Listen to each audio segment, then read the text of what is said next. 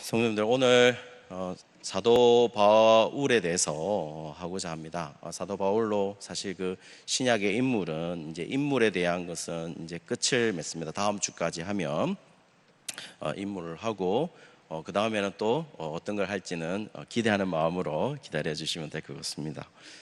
성도님들, 바울에 대해서 이렇게 보시면은 바울은 크게 세 부분으로 나눠집니다.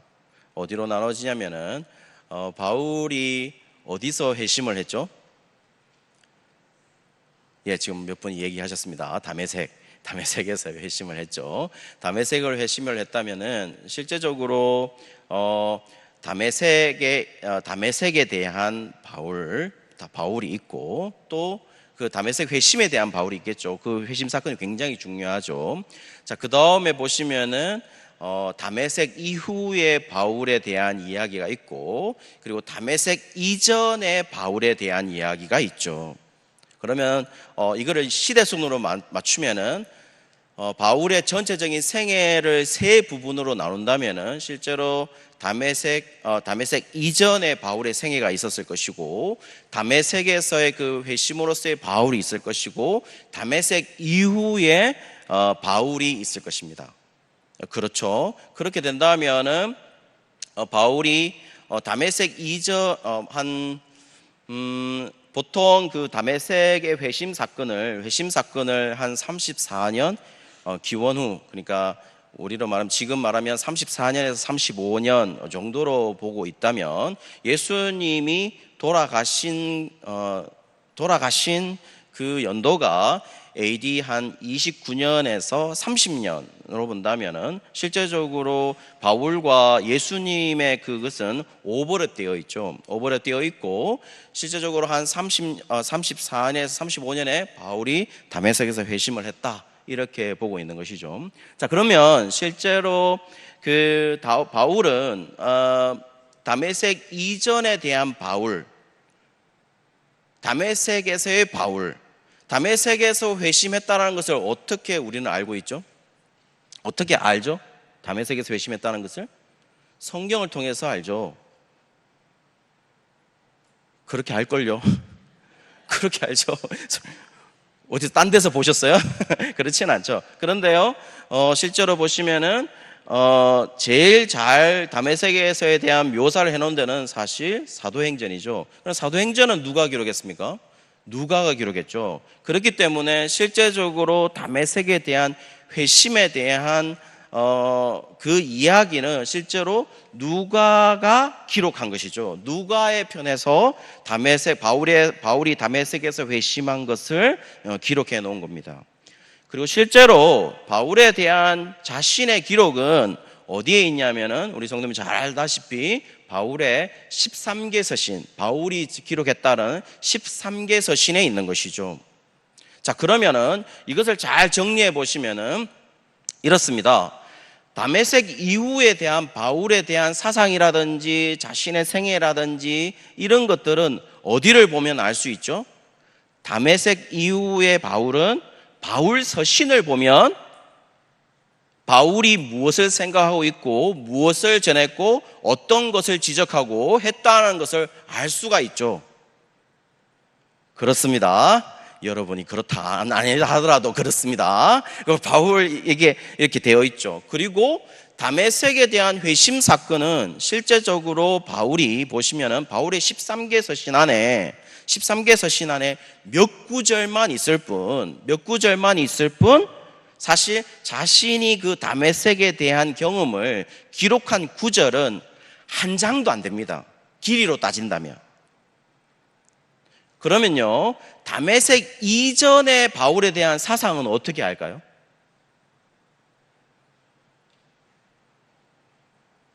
이게 관건이죠. 만약에 다음 주에는 저희가 다메섹 사건에 대한 이야기를 할 건데요, 바울이 그러면 회심을 했다, conversion이라고 얘기하죠. conversion했다, convert라는 동사의 그 명사형입니다. 그러면 conversion이라는 말은 전환했다라는 거죠. 바뀌었다라는 겁니다. 그러면 뭐가 전환됐는지라고 얘기를 했을 때 우리가 전환된 걸 알려면 before가 있고 after가 있겠죠. 그 after는 지금 우리가 이 성경책 안에 바울 13개 바울 서신을 통해서 애프터는 알 수가 있습니다. 그런데요, 애프터는 알지만 before를 아시나요? before를 어떻게 아시나요? 바울의 만약에 다메섹 이전에 바울은 도대체 어떤 사상을 가졌는가? 단 몇 구절을 가지고 있는데 그 구절로 어떻게 before에 대한 규정을 할 수 있느냐라는 문제입니다.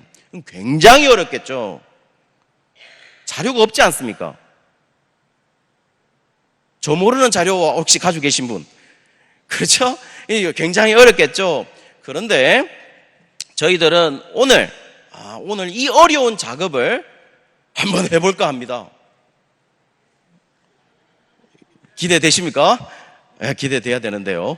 그래서 우리가 다메섹 이전에 바울은 어땠는가? 그리고 결국 바울의 생애에 대한 문제, 바울의 백그라운드가 도대체 바울의 다메섹 이전에 자신의 사상적 백그라운드는 뭐였냐라는 것을 오늘 잠깐 다루고 그에 대한 이야기를 좀 해볼까 합니다.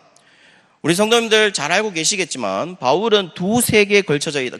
세계가 두 세계에 걸쳐져 있다라는 것은 너무나 잘 알고 있습니다. 한쪽은 로마 세계에 걸쳐져 있고 한쪽은 유대 세계에 걸쳐져 있습니다. 그래서 로만 월드와 그다음에 주이시 월드라고 해서 로마 세계와 그다음에 그 유대 세계 요 두 세계에 걸쳐져 있습니다.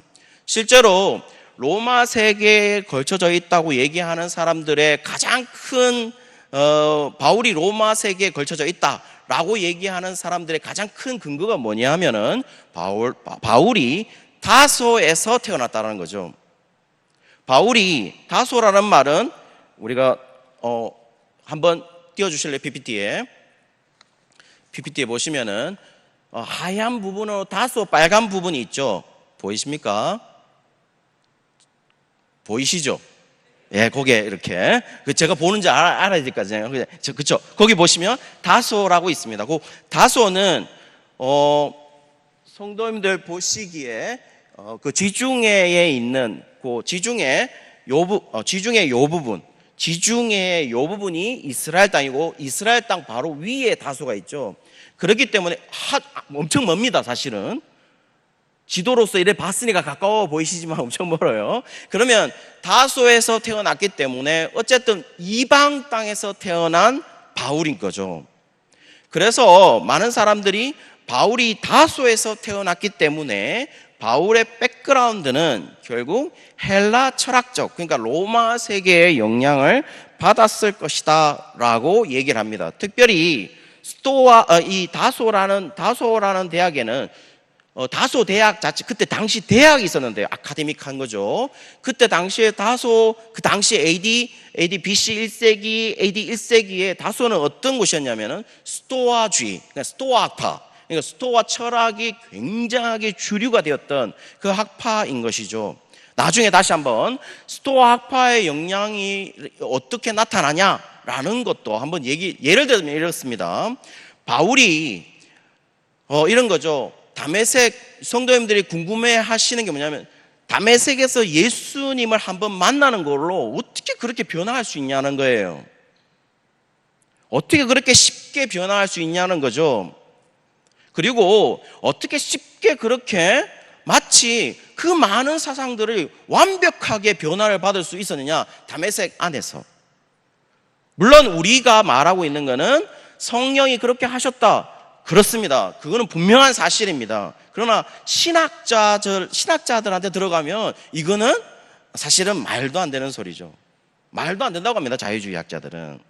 그러면은 자유주의 학자들은 어떻게 얘기하냐면은 결국 자유주의 학자들이 얘기하는 거는 결국 바울이 자유주의가 아니라도 바울을 잘못 해석한 사람들은 결국 이 로마 세계에 있었던 스토아 학파적인 이 헬라 철학적인 요소들을 바울이 응용하지 않고서는 이방 땅에 그렇게 갈 수 없었을 거다. 왜냐하면 스토아 학파가 유니버셜리즘이라고 해서 보편주의, 아주 이 우주 전체를 보는 사상.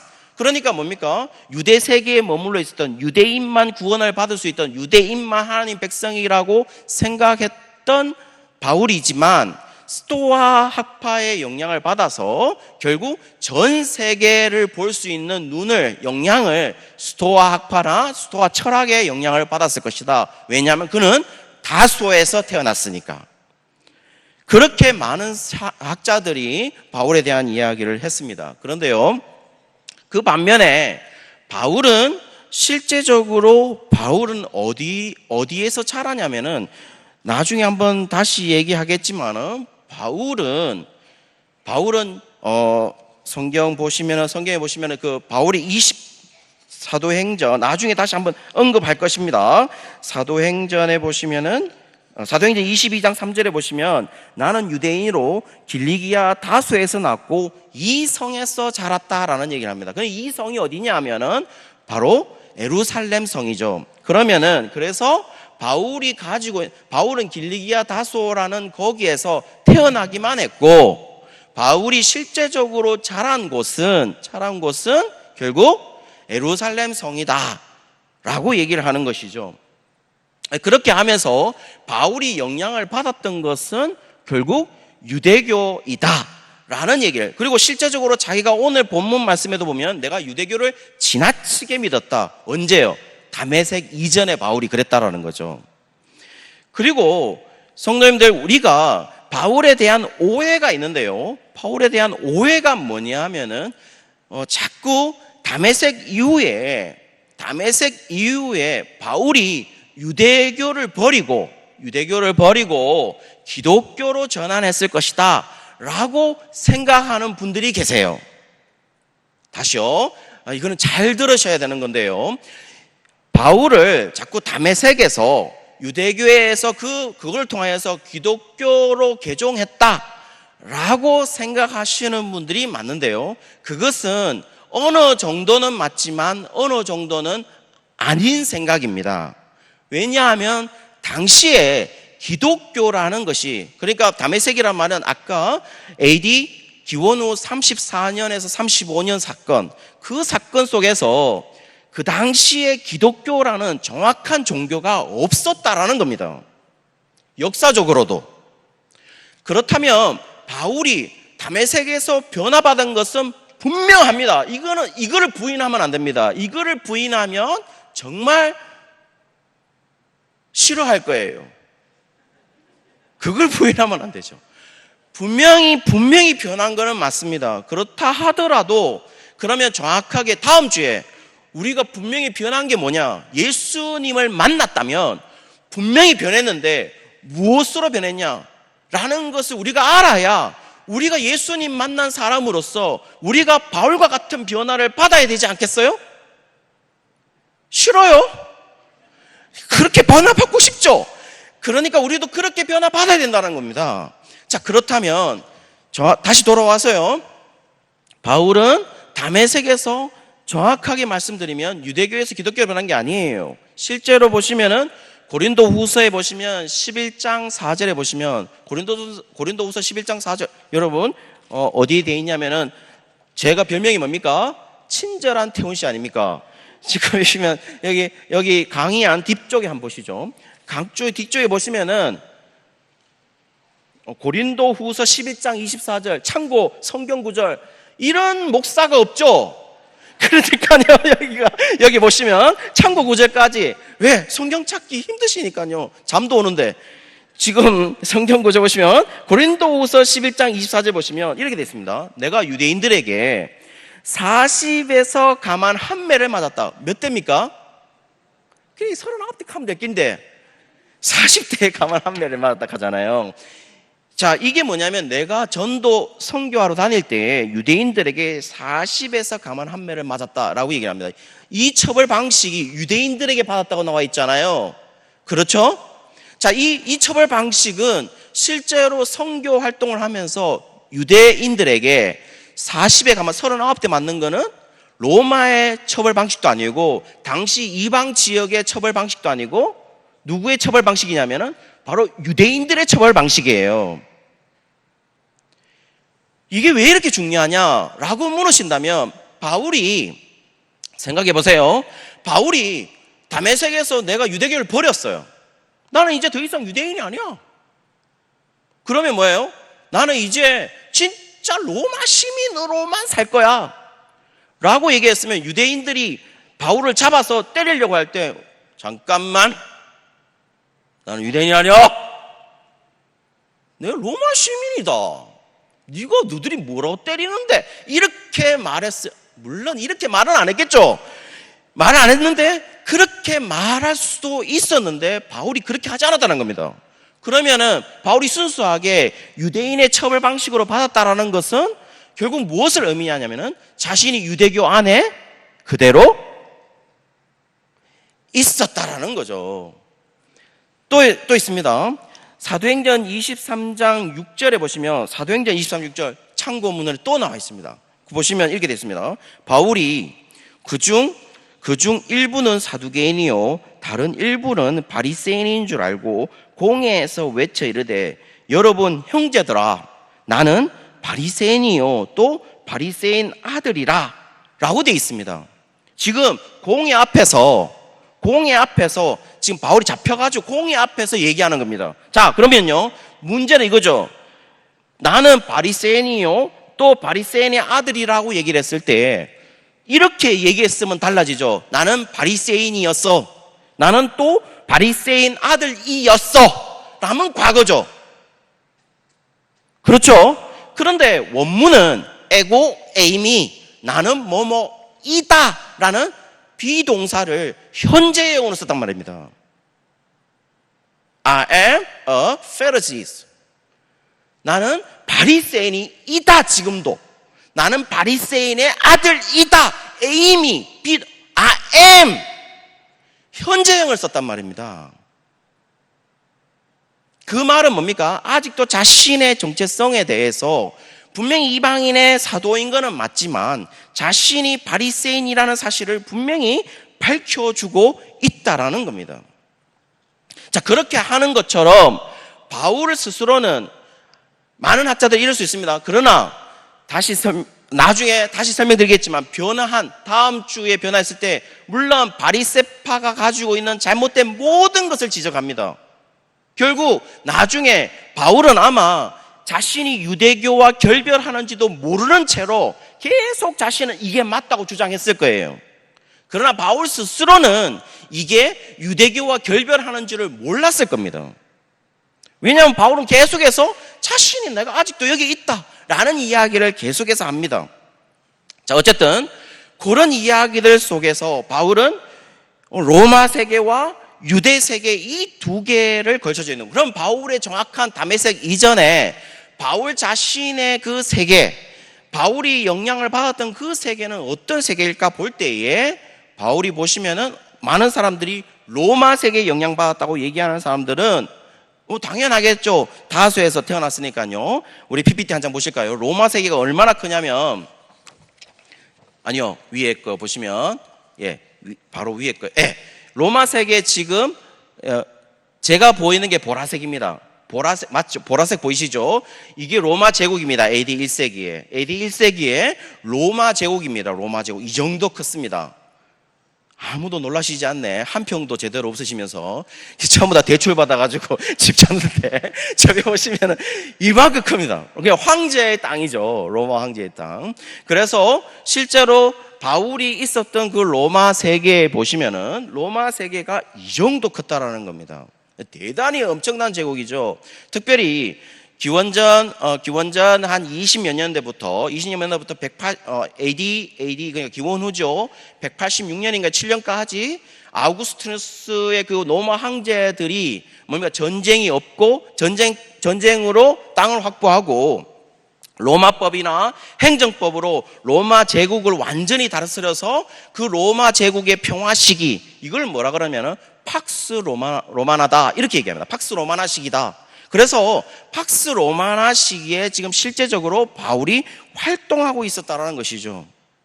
그러면 이 로마 세계는 어떤 세계냐면은 이 로마 대제국을 보시면은 지금도 이 로마 대제국의 그다음에 육로 수로까지, 수로는 뭡니까? 해적들을 다 잡아가지고 로마 군대가 수로까지 다 장악해서 뭐가 용이했냐면은 문화, 그 다음에 문물, 이런 것들이 돌아다니는 게 굉장히 용이했습니다. 그리고 또 당시에 대학이라 하는 것이 정확하게 어디에 있어가지고 어떤 사상가가 이렇게 말하는 시기가 아니고, 모든 철학자들과 모든 사상가들은 어떤 사람들이었냐면은 돌아다니면서 자기의 사상을 말하는 시기였단 말이에요. 그러면 그런 시기라고 한다면 그 수로가 편안하고 해상무역이라든지 모든 도로가 깔끔하게, 지금도 로마에 가시면 로마가 깔았던 그 돌들, 밑에 바닥 돌들 아직도 남아 있습니다. 물론 또 이런 의미도, 목사님이 로마에 가봤나? 안 가봤어요. 있다고 해요. 있다고 합니다. 그만큼 대단하게 깔았다는 거죠. 그래서 로마를 중심으로 전 세계를 나갈 수 있도록 해놨다는 거죠. 이 말은 뭘 의미하죠? 이 말은 한마디로 이 로마가 헬라 알렉산더 대왕이 뭡니까? 기원전 한 3세기부터 알렉산더 대왕이 전 알렉산더 대제국 그대로 지금 거의 이 로마 제국을 형성했다는 말은 그 당시에 뭐로 바뀌었냐? 다 헬라어, 언어로도 헬라어로 다 공용했단 말이에요. 물론 그리스어입니다. 그래서 코인의 헬라어로 해서 평범한 헬라어, 아주 평범한 헬라어를 가지고 통일되어 있습니다. 이미 알렉산더 대제국에 의해서. 그러니 뭡니까? 헬라어를 통해서 이미 알렉산더 대왕이 그렇게 해나왔고, 해상도 잘 돼 있고, 해상무역도 잘 돼 있고, 육로로도 잘 돼 있으니 문물의 교환이라든지 또 사상의 교환이라든지 종교의 교환이라든지 관습의 교환이 너무나도 잘 되겠죠. 그러면 무슨 일이 발생하느냐라고 한다면은 결국 다음 주에 한번 보실까요? 다음 페이지에 보시면 종교와 문화가 있죠. 그 일로 인해서 혼합주의가 발생하게 되는 거죠. 혼합이라는 말은 뭡니까? 결국 많은 문물들, 많은 사상들, 이런 것들이 막 뒤섞여 있는 거예요. 싱크레티즘이라고 해가지고 혼합주의가 있는 거죠. 그러니 뭡니까? 바울이 갔을 때 실제적으로 바울이 전도할 때에 얼마나 힘들었겠어요. 이 혼합주의 때문에. 성적으로도 문란하죠. 도덕적으로 타락을 했죠. 그리고 보면 수상숭배도 얼마나 많았겠습니까? 그러니 뭡니까? 이건 성적으로 문란하고 도덕적으로도 문란하고 우상숭배하고 이런 또 뭐 있냐면은 황제 숭배 사상도 있었겠죠. 로마가 황제 숭배 사상, 특별히 로마 황제를 뭐라 그랬습니까? 로마 황제만 얘기할 수 있는 헬라어 단어 지칭이 뭡니까? 큐리오스. 우리가 보통 말하는 주님이라고 얘기할 때 그 주님, 그때 그것이 바로 헬라어로 큐리오스. 그러니까 그 로마 황제만 유일하게 우리가 뭐라 말할 수 있느냐? 큐리오스라 얘기할 수 있는 거예요. 그러니 뭡니까? 대단한 이런 황제 숭배 사상도 있었겠죠. 그리고 또 뭡니까? 철학 보시죠. 에피큐로스 학파도 있었고, 보시면 뭡니까? 아덴 지방에서 전도할 때 바울이 논쟁을 했죠. 거기 논쟁할 때 에피쿠로스, 그 다음에 스토아 학파들과 논쟁을 했다, 이렇게 나와 있습니다. 그러니까 그때 그 사상들이 있었다는 것이죠. 특별히 에피큐로스 학파는 어떤 사상이 있습니까? 고통과 혼란으로부터 해방되는 일정의 평정 상태를 추구했죠. 이걸 가지고 아타락시아라고 얘기했습니다. 이 에피큐로스 학파가 추구한 겁니다. 그런데요, 스토아 학파는 무엇이든지 또 평온한 상태를 지정을 했는데요, 아타락시아와는 다르게 아파테이아다, 이렇게 얘기했습니다. 그런데요, 에피큐로스 학파는 어땠습니까? 에피큐로스 학파는 죽음 이후를 전혀 생각하지 않습니다. 왜냐하면 죽음은 우리에게 아무것도 아니다라고 생각했으니까요. 그리고 우리가 존재할 때는 죽음이 존재하지 않으며 죽음이 존재할 때는 우리는 존재하지 않는다라는 것이 바로 이 에피큐로스 학파의 사상입니다. 그런데요, 스토아 학파는요, 어떻습니까? 스토아 학파의 사상은 뭐냐면은 단순히 아무것도 하지 않는 상태가 아니고 우리의 마음을, 모든 것도, 우리의 마음이라든지 이 모든 질서, 우주 질서를 신의 이성, 신의 이성이 지배하고 조종한다라는 걸 얘기합니다. 그래서 성도님, 저를 보셔야 됩니다. 어려운 게 아닙니다. 이 스토아 학파의 이 신의 이성이 모든 우주를 조정한다는 이것이 갈라디아서 2장 20절 우리 뒤에 보시면은 이거 잘 아는 말씀이죠. 내가 그리스도와 함께 십자가에 못 박혔으니 그런즉 이제는 내가 산 것이 아니요 내 안에 그리스도께서 사신 것이다. 자, 이 말을 가지고 결국 내 안에 그리스도 이 신의 이성을 뭐로 대체했냐면은 그리스도로 대체를 했다. 결국 이 갈라디아에서 2장 20장의 어떤 영향은 결국 스토아 학파적인 어떤 패러다임을 가져왔을 것이다. 이렇게 하면서 많은 사람들이 로마 세계의 영향이라고, 그러니까 로마 세계의 어떤 헬라 철학적 영향을 바울이 받아들인 것이다 라고 얘기하는 사람들도 굉장히 많습니다. 그런데요, 정답을 말씀드리면 절대로 아닙니다. 전혀 아닙니다. 자, 어쨌든 지금 로마 세계라고 얘기하는 것은, 어쨌든 바울이 얘기하는 건 보면 바울은 로마 세계에 대해서 철저하게 부정을 했어요. 어떻게 해서 알 수 있느냐? 사도행전을 보면 알 수 있습니다. PPT 한 장 보실까요? 여기 보시면 사도행전 28장 31절에 보시면 이렇게 되어 있습니다. 하나님의 나라를 전파하며 주 예수 그리스도에 관한 모든 것을 담대하게 거침없이 가르치더라, 이렇게 되어 있습니다.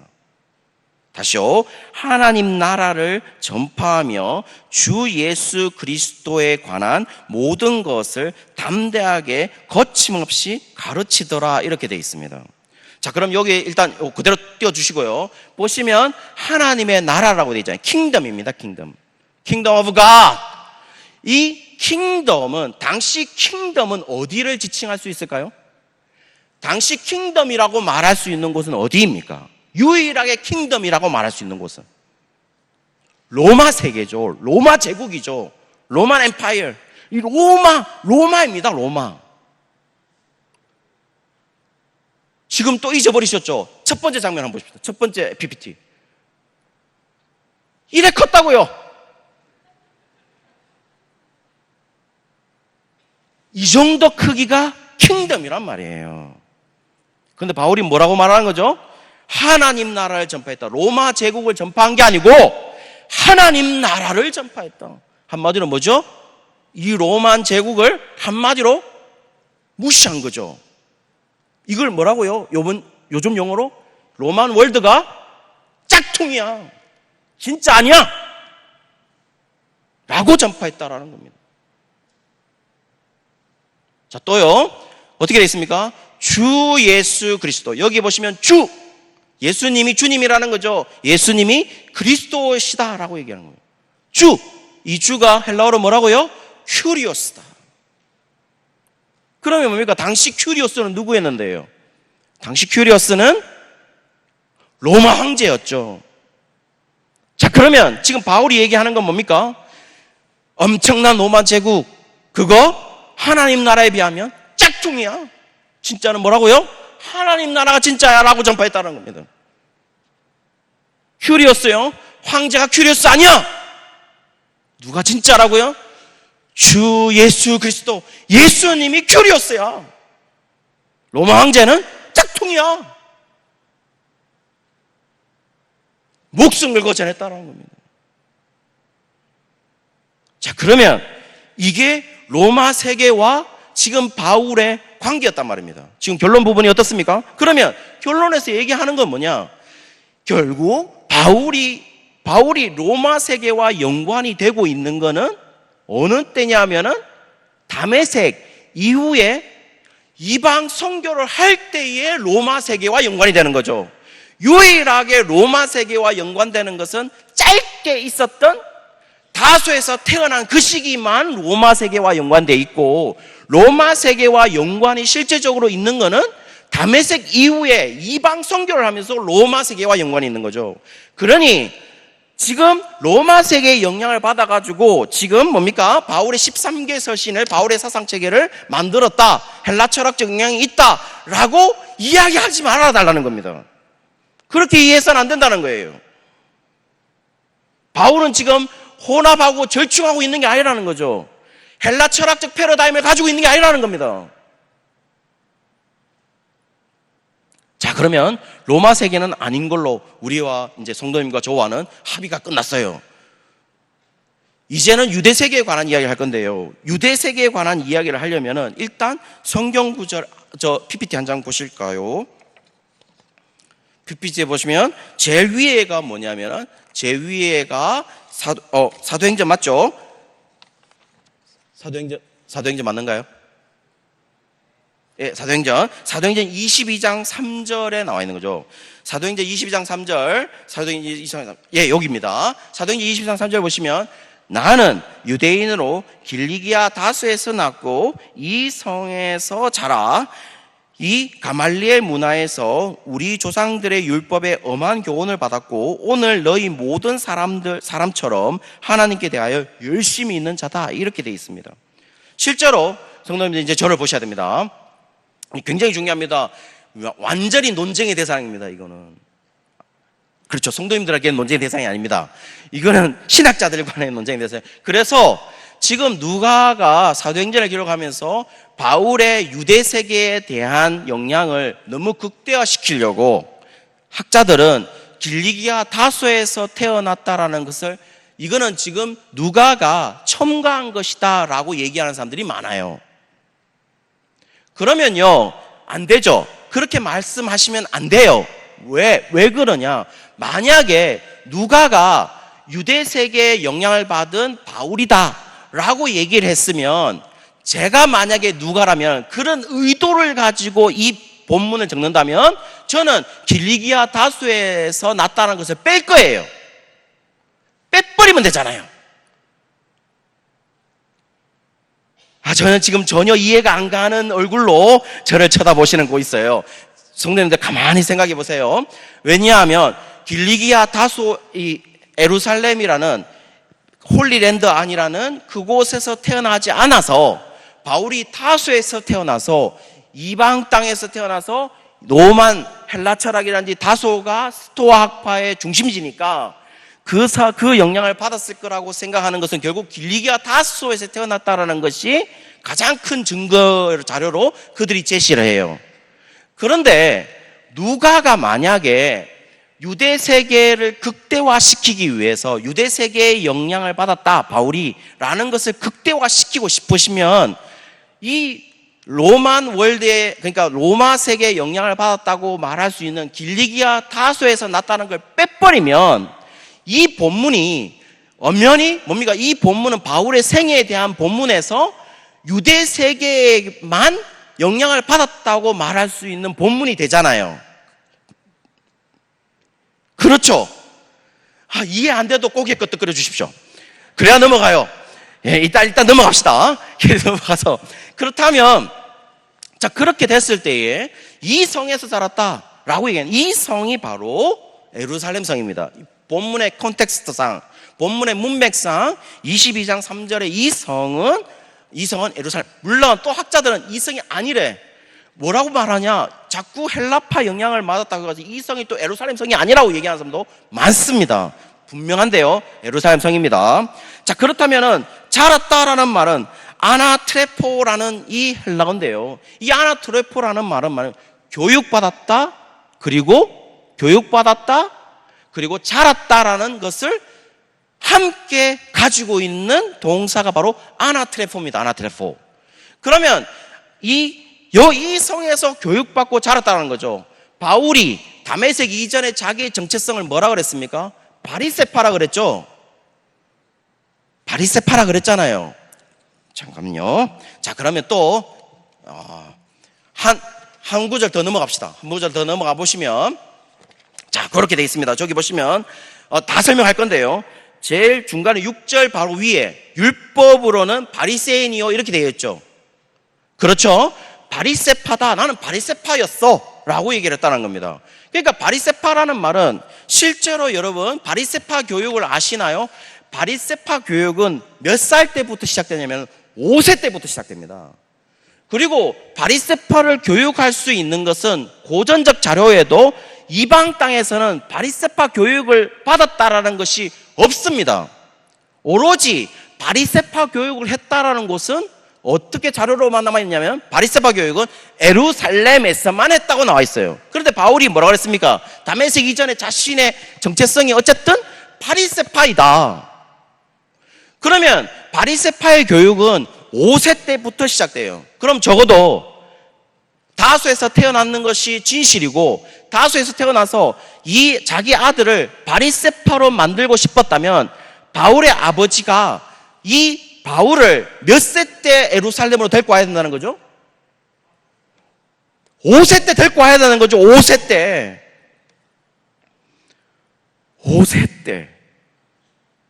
5세 때 뭐는 정확하게 미시나에 그 유대인 문서죠. 미시나에 교육이 기억되어 있어요. 5세 때는 뭐냐? 구약, 스크립처. 그래서 5세 때부터 10세 때까지. 그러면 10세 때는 10살 때부터 13살까지는 뭘 가르치면 미시나를 가르칩니다. 13살부터 15살까지는 종교적 의무를 가르쳐요.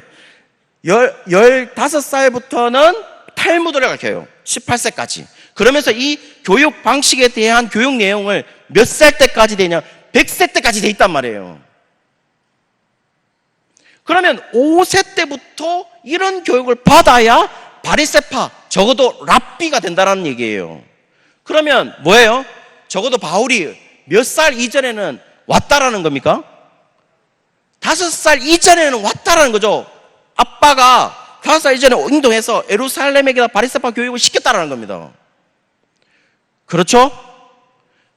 고문서에 문서상의 자료로도 예루살렘밖에 바리새파 교육을 시킨 게 없습니다. 자꾸 많은 사람들이 이방 땅에서도 바리새파 교육을 했을 거야. 그래서 이방 땅의 영향을 자꾸 바울에 대한 이방 땅의 영향, 이방 지역의 사상의 영향, 스토아적인 영향을 자꾸 가미하려고 하는 사람들은 자꾸 이방 땅에서도 바리새파 교육을 했어라고 말하지만 누구도 자료로 증명하지 못했어요. 결국 뭡니까? 마틴 헨겔이라는 학자도 그렇고 모든 학자들이 바리새파 교육은 특별히 랍비들이 바리새파 교육은 예루살렘에서만 했다. 특별히 AD 1세기에는. 그러면 바울은 적어도 뭡니까? 5세 때 전에 왔다는 거죠. 바리새인이었다라는 겁니다. 바리새인. 엄청나다는 거죠. 5세 때 기억나십니까? 5세 때 뭘 하셨습니까? 먹고 싸고 했죠, 우리는. 그런데 바울은 뭐 했다는 거예요? 구약을 배웠다는 거예요. 히브리어로. 우리 말도 제대로 못하는데 5세 때부터 했다는 겁니다. 엄청난 교육이죠. 그러니 바리새파 사람들이 대단한 거는 그 사상적 배경을 안다면은 대단한 겁니다. 자, 그러면요. 자, 지금 오늘 본문 떠져 있으니까요. 자, 보십시오. 빌립보서 3장 5절과 7절인데요. 이게 자신이 다메섹 이전의 영향이라는 겁니다. 자신 이전의 영향인데요. 뭐라고 되어 있냐? 나는 8일 만에 할례를 받고 나서 화살표가 어디까지 되냐면 히브리인 중에 히브리인이다 돼 있고요.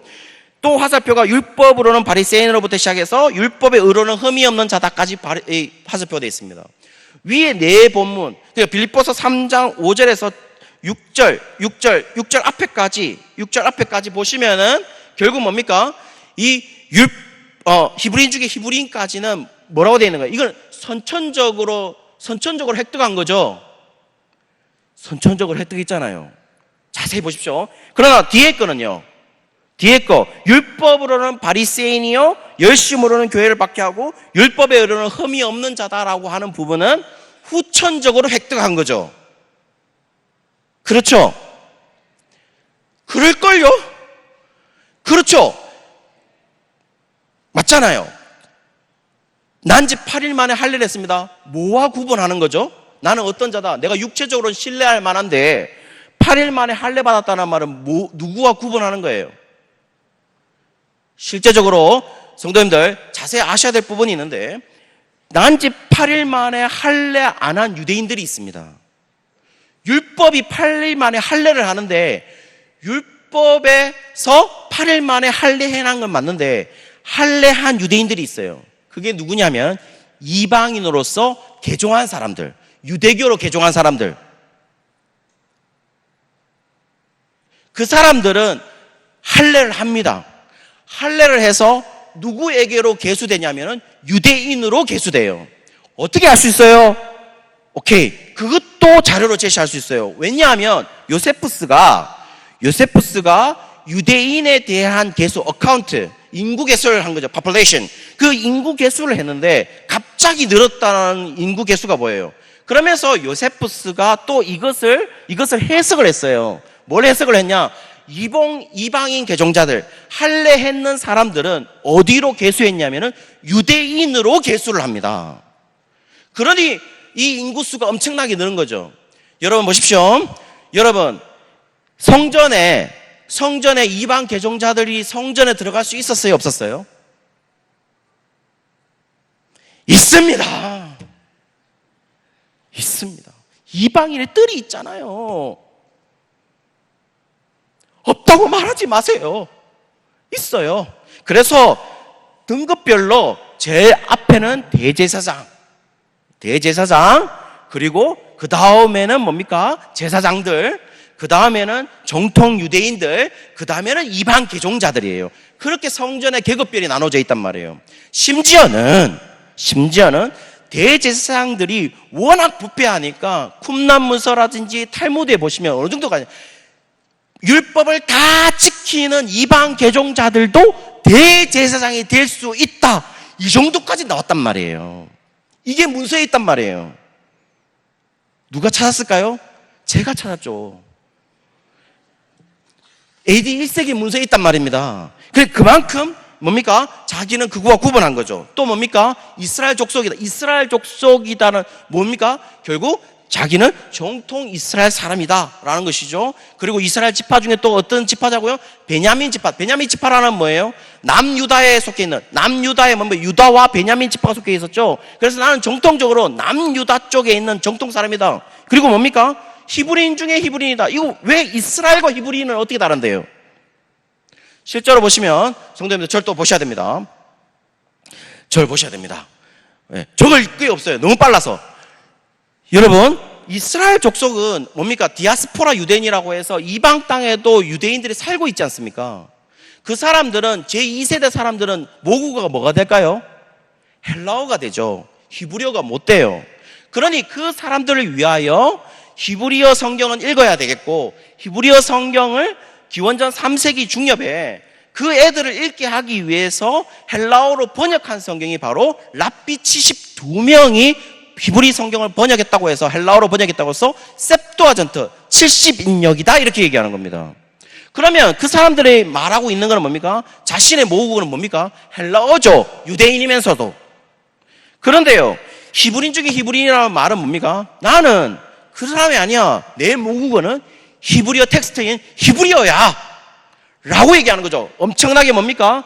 자신이 육체적으로 신뢰할 만한 게 얼마나 대단한 것인지, 선천적으로 내가 획득해 있는 게 대단한 이야기를 하고 있는 겁니다.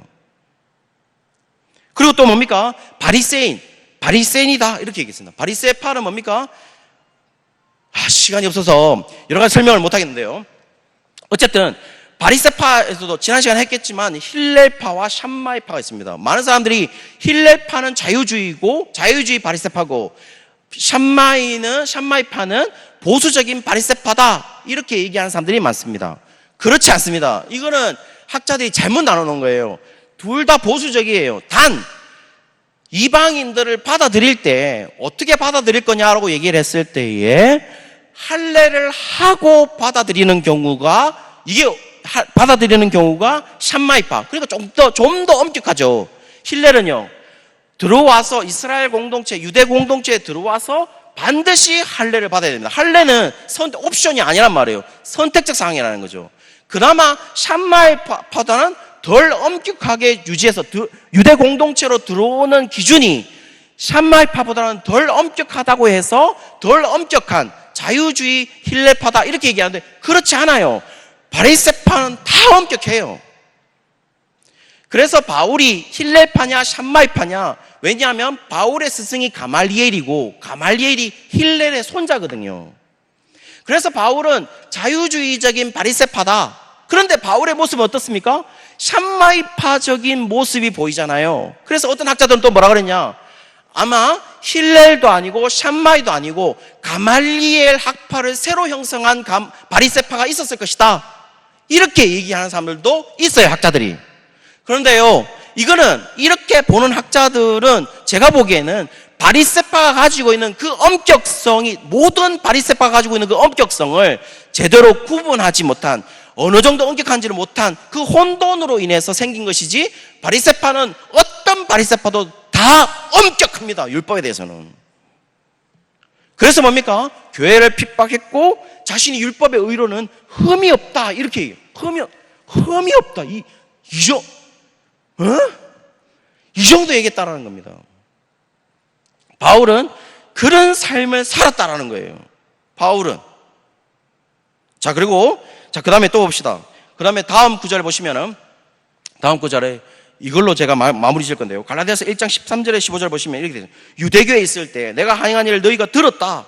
하나님의 교회를 심히 박해하고 멸했다. 이 박해하고 멸했다 하는 것이 어떤 성격입니까? 끝까지 추적해서, 디오코라는 박해하다는 건 끝까지 추적해서 멸하는 겁니다. 한마디로 뭡니까? 굶주린 사자가 먹이를 보고 끝까지 쫓아가서 죽이는 겁니다. 그만큼 대단해. 완전히 죽였다는 거죠. 그만큼 열심히 했다는 겁니다. 그리고 뭡니까? 내가 내 동족 중 여러 영갑자보다 유대교를 지나치게 믿었다라고 되어 있어요. 그러면 이 말은 뭐예요? 성도님들, AD 1세기에 있었던 유대인들이 어떤 사람들도 있었다는 거예요? 바울보다 못하게 율법을 지키는 사람들도 있었다라는 거죠. 성경이 얘기하고 있잖아요. 그렇죠? 그러면 그만큼 바울은 contemporaries, 가신의 동년배에 있었던 사람들, 동시대에 있었던 사람들도 훨씬 더 나는 유대교에 지나치게 믿었다, 이렇게 돼 있어요. 그런데요, 15절 보십시오. 15절에 이렇게 돼 있습니다. 그러나 내 어머니의 태로부터 나를 택정하시고 그 은혜로 나를 부르신 이가 나 있습니다. 부르신 이가, 이렇게 돼 있죠. 그런데요, 우리가 요것만 찾아봅시다. 오늘 본문입니다. 오늘 본문 말씀입니다. 오늘 본문 말씀 한번 보시죠. 본문 말씀에 15절까지 읽었는데요, 16절까지의 말씀입니다. 16절까지의 말씀 보시면, 그의 아들을 이방에게 전하기 위하여 그를 내 속에 나타내시기를 기뻐하셨을 때에, 이렇게 되어 있습니다. 성도님들, 이제 저를 보셔야 됩니다. 자, 그를 나한테 나타내시기를 기뻐하셨을 때에, 어느 때를 말하는 거죠? 어느 때를 말하는 거죠? 언제 나타나셨는데요? 다메섹에서 나타나셨잖아요. 그때에 너를 이방인에 전하는 사도로 명령하는 것을 기뻐했다, 이렇게 나와 있는 겁니다. 기뻐했다. 자, 그런데요, 영어를 하나 띄워주실래요? 영어를 보시면은, 자, 이게 갈라디아서 15장과 16장 NASB라고 해서 New American Standard Bible입니다. 거기 보시면 이렇게 되어 있어요. 이것이 가장 성경의 원어와 가장 유사하게 성경을 해석한 겁니다. 거기 보시면, 나를 어머니의 태로부터 나를 택정했다. 15절입니다. 어머니의 태로부터 나를 택정했다 라는 말을 어디게 됐냐면은 had set, 과거 완료로 되어 있죠. had set me apart even from my mother's womb. 나의 어머니의 태로부터 나를 택정했다. 그리고 나를 하나님의 은혜로 그를 부르셨다. 여기 보면 그 다음에 called 이렇게 있어요. called me through his grace, 이렇게 되어 있습니다. 자, 그러면 이 called는 무슨 시제냐라고 본다면, 위에 had set이 있으니까 had called입니다. had를 없앤 거예요. 원어 성경도 과거 분사로 되어 있어요. 원어 성경도. 자, 그리고 나서 was pleased, 기뻐하셨을 때에 요까지가 원래는 원어 성경에 나와 있는 겁니다. 자, 그러면요, 성도님들 저를 보시죠. 자, 다메섹에서 나를 부르실 때에, 이방인에게 전하는 사도로 나를 부르실 때, 나한테 나타나실 때 나는 기뻤다. 그 기뻤다라는 시점이 있습니다. 시점이 있고, 그 다음에 어머니의 태로부터 나를 불렀다 하는 것은 어머니의 태로부터 나를 택정했으니까 훨씬 더 다메섹으로서 나타나기보다는 전이죠. 성도님들, 다메섹이 34살이라면 34살 때 다메섹에서 만약에 34년, 35년 바울의 나이가 그 정도였다면 만약에 34살에 불렀다고 칩시다. 그러면 34살 전에 어머니의 테러부터 불렀을 거 아니에요. 어머니의 테러부터 나를 분리시켜 특정했잖아요. 그거는 과거입니다, 과거. 그런데 그리고 나서 이 과거 어머니의 테러부터 나를 분리한 요 시점과 그 다음에 그의 은혜로 나를 부르셨다라는 그 콜드라는 그 시점이 동일 시점이란 말입니다. 그리고 다메섹에서 부른 거는 후의 일이란 말이에요. 전 후의 일이란 말이죠. 자, 그런데요, 뭐라고 말하냐? 바울은 뭐라고 말했느냐? 내가 어머니의 태로부터 내가 나를 택정했고 그에게서 나를 부르신 것도 그때 불렀던 거라면 바울이 태어나서 적어도 30년에 예수님이 돌아가셨고 다메섹에 있었던 사건이 34년, 5년이라면 적어도 4년, 5년 동안은 교회를 엄청나게 핍박하고 교회를 쫓아가서 죽이고 스데반도 죽이고 그리고 자기 30년 예수님이 돌아가시는 그 전에는 자기는 철저하게 바리새인으로 자랐단 말이에요. 그런데 바울이 뭐라고 평가했느냐? 은혜다, 은혜.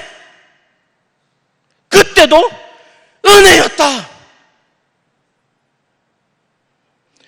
그때도 여전히 하나님은 나를 은혜로 이끄셨다 라고 얘기하잖아요. 은혜로 나를 부르셨고 어머니의 태로부터 택정하셨고 그 동시 시점이란 말이에요. 그리고 나서 후에 다메섹에서 나한테 나타나시기를 기뻐했다 이렇게 돼 있단 말이에요. 성도님들, 이 말이 뭐냐? 우리의 생애가 성도님들 과거에 우리가 하나님으로 부르시기 전에는 우리가 솔직히 이단에 있었던 사람도 있을 것 같아요. 그리고 다른 불교 절에 가가지고 온갖 거 다 드리고 다 망하고 나니까 이제 교회 온 사람도 있어요. 다 좋은 거 부처한테 드리고 그리고 또 역술이한테 갖다 주고 무당한테 갖다 주고 그렇게 하고 다 이제 망하고 나니까 그래 예수를 한번 믿어보자 하고 온 사람도 있어요. 그런데요, 성도님들, 저는 단연코 말할 수 있어요. 그때도 하나님은 여전히 우리를 은혜로 이끄셨다라는 겁니다. 그리고 지금 이 자리에 우리가 있는 것도 하나님이 그때 은혜로 부르셨기 때문에 있다는 겁니다. 그렇다면 바울의 생애를 통해서 우리에게 얘기하고 있는 겁니까? 우리의 전생애가 뭐로 얼룩져 있다는 겁니까? 우리의 전생애는 은혜로 얼룩진 삶이라는 겁니다. 은혜가 없던 곳이 한 순간도 없다는 거예요. 바울은 그렇게 말하고 있다는 거예요. 내가 그렇게 교회를 핍박했는데, 내가 그렇게 그리스도인을 죽였는데, 그 말을 하고 있다는 겁니다. 사랑하는 성도 여러분, 어떤 삶을 살았든 지금 이 시간에 우리가 예배드리고 있고 지금 이 시간에 우리가 기도하고 있다는 것은 과거의 삶들 속에서 물론 거기에 대해서 회개를 해야 되겠죠. 잘못 살았으면요, 하나님과 떠난 삶을 살았으면 회개는 해야 되겠죠. 그래도 그 삶을 하나님이 어떻게 하셨다고요? 그냥 팽개친 게 아니라 하나님이 우리를 은혜로 이끌어 주셨다라는 것입니다. 그걸 알고 살았으면 좋겠어요. 그것을 느끼며 살았으면 좋겠습니다. 그럼 앞으로는 어떻게 살아갈까요? 과거에도 그렇게 은혜로 살았고 지금도 우리가 은혜로 살아가고 있고 우리는 또다시 미래에도 하나님의 은혜로, 하나님이 부르시는 그날까지 은혜로 살아가게 될 것입니다. 그 삶으로 하나님께 드려지기를 주의 이름으로 축원합니다.